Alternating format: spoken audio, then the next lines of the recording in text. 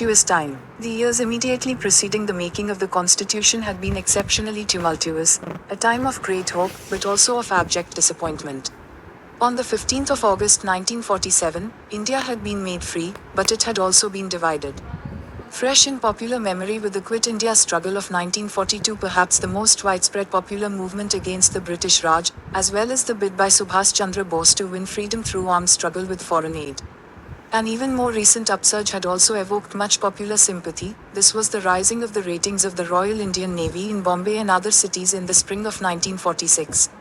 Through the late 1945 there were periodic, if scattered, mass protests of workers and peasants in different parts of the country. One striking feature of these popular upsurges was the degree of Hindu-Muslim unity they manifested.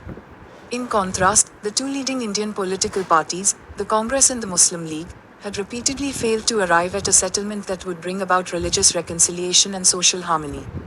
The Great Calcutta killings of August 1946 began a year of almost continuous rioting across northern and eastern India. The violence culminated in the massacres that accompanied the transfer of populations when the partition of India was announced. On Independence Day, 15 August 1947, there was an outburst of joy and hope, unforgettable for those who lived through that time. But innumerable Muslims in India, and Hindus and Sikhs in Pakistan, were now faced with a cruel choice: the threat of sudden death or the squeezing of opportunities on either one side, and a forcible tearing away from their age-old roots on the other. Millions of refugees were on the move. Muslims into East and West Pakistan, Hindus and Sikhs into West Bengal and the eastern half of the Punjab. Many perished before they reached their destination. Another, and scarcely less serious, problem faced by the new nation was that of the princely states.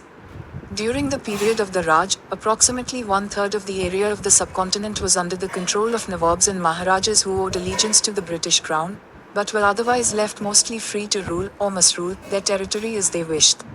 When the British left India, the constitutional status of these princes remained ambiguous.